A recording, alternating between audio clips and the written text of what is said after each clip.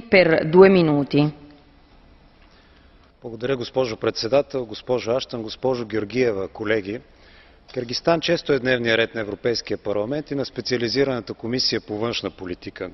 Това показва значението, което ние придаваме както на тази страна, така и като цяло на политиката на Европейския съюз в Централна Азия. Събитията са много динамични и противоречиви. Опитите за стабилизиране на новата власт бяха съпроводени с избухване на тежки етнически сблъсъци, в които загинаха по различни оценки между 300 и 2000 души, а 100 000 потърсиха убежище в съседен Узбекистан. Впрочем, трябва да отдадем дължимото на узбекската страна за нейното хладнокръвно поведение, с което не допусна ескалация на конфликта. От друга страна, адекватната реакция на киргизските власти доведе до сравнително бързо възстановяване на реда, но постигането на трайна стабилност в тази част на страната изисква да бъдат издирени и наказани както вдъхновителите на конфликта, така и извършителите на престъпленията.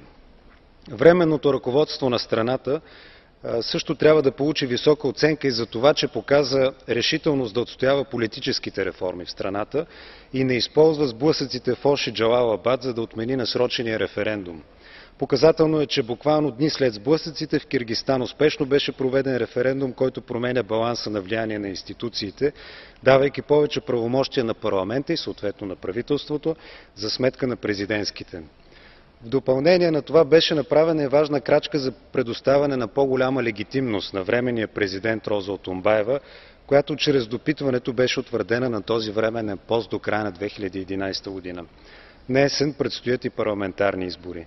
Подчертавам тези факти, защото нашата позиция трябва да отчита всички детайли.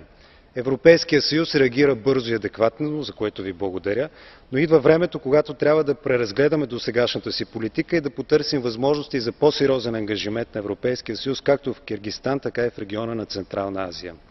Ние разполагаме с нужните финансови инструменти, но както и в други региони, от сега нататък трябва да работим по начин, който да ни превърне от главен донор в реален политически фактор наред с Русия, с Китай и Съединените щати. Струва ми се, че точно ние сме тези, които могат да помогнат за преодоляването на най-големия дефицит в региона, а това е дефицитът на демокрация. Благодаря.